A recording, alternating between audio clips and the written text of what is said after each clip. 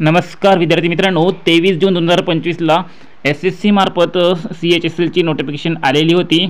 त्यामध्ये 23 जून 2025 पासून तर 18 जुलै 2025 पर्यंत तुम्हाला फॉर्म फिलअप करण्याची डेट दिलेली होती।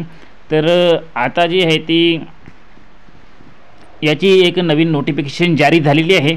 त्यामध्ये असे सांगण्यात आलेले आहे की तुम्ही तुमच्या आवडीनुसार तुमचा एक्झामचा स्लॉट, एक्झाम सिटी आणि डेट जे आहे ते सिलेक्ट करा। तर ती नोटिफिकेशन यांनी जारी केलेली आहे। तर यामध्ये SSC मध्ये 3131 जवळपास 3131 पदांकरिता लोअर डिव्हिजन क्लर्क आणि डाटा एंट्री ऑपरेटर यांच्यासाठी जे आहे ते वॅकन्सी आली होती। तर जी नवीन नोटिफिकेशन आलेली आहे त्यामध्ये तुम्ही स्लॉट कसे सिलेक्ट करू शकता आणि त्यासाठी लिंक वगैरे आपल्या डिस्क्रिप्शनमध्ये दिलेले आहे। व्हिडिओच्या त्या लिंकमध्ये जाऊन तुम्ही पुढील प्रोसिजरप्रमाणे तुमचे स्लॉट सिलेक्ट करू शकता। तर त्याला जाणून घेऊया कशा प्रकारे आपल्याला हे प्रोसेस करायचे आहे। तर या ठिकाणी एक गोष्ट मी तुम्हाला सांगू इच्छितो की जर तुम्ही हे स्लॉट वगैरे सिलेक्ट केले नाही तर त्या ठिकाणी तुमचं जे कॅन्डिडेटशर आहे ते कॅन्सलसुद्धा होऊ शकते किंवा तुम्हाला एक्झाम द्यायलासुद्धा मिळू शकत नाही। त्यामुळे तुम्ही आवर्जून ही जी प्रोसेस आहे ती कंप्लीट करून घ्या, नाहीतर तुम्हाला एक्झाम द्यायला मिळणार नाही। तर त्याला जाणून घेऊया।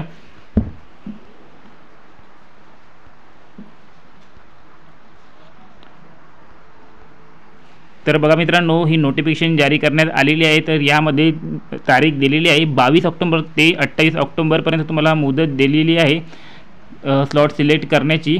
तर लवकरात लवकर तुम्हाला ही प्रोसेस कंप्लीट करायची आहे। तर यामध्ये तुम्हाला सिटी, एक्झाम डेट आणि शिफ्ट जे आहे ते चूज करावी लागेल। तर सर्वात पहिले तुम्हाला काय करावे लागेल, तर सुरुवातीला या ठिकाणी तुम्हाला लॉग इन करावे लागेल। तुमचं जे काही ID पासवर्ड वगैरे आहे ते त्या ठिकाणी एंटर करून तुम्ही लॉग इन करून घ्या। आणि लॉग इन केल्यानंतर तुमच्यासमोर जो आहे तो असा प्रकारचा इंटरफेस येऊन जाईल, त्यावर तुम्ही क्लिक करा। त्यानंतर याच्यामध्ये स्लॉट डिटेल्स जे आहे ते तुमच्यासमोर येऊन जाईल। तर यामध्ये तुम्ही डेट सिलेक्ट करा, डेट ऑफ एक्झामिनेशन, कोणत्या डेटला तुम्हाला एक्झाम द्यायची आहे। त्यानंतर या ठिकाणी तुम्हाला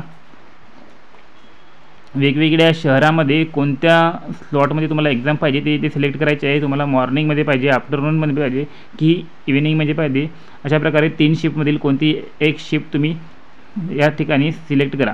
आणि त्यानंतर OTP येईल तुम्हाला, त्यानंतर तो OTP तुम्ही सबमिट करा आणि त्यानंतर फायनल सबमिशन करून टाका। अशा प्रकारे तुम्हाला ही प्रोसिजर जी आहे ती कंप्लीट करायची आहे, तेव्हा कुठे तुम्हाला एक्झाम द्यायला मिळणार आहे। तर ही माहिती आवडली असल्यास व्हिडिओला लाईक करा, चॅनलला सबस्क्राईब करा आणि जास्तीत जास्त शेअर करा। भेटूया नेक्स्ट व्हिडिओमध्ये, तोपर्यंत धन्यवाद।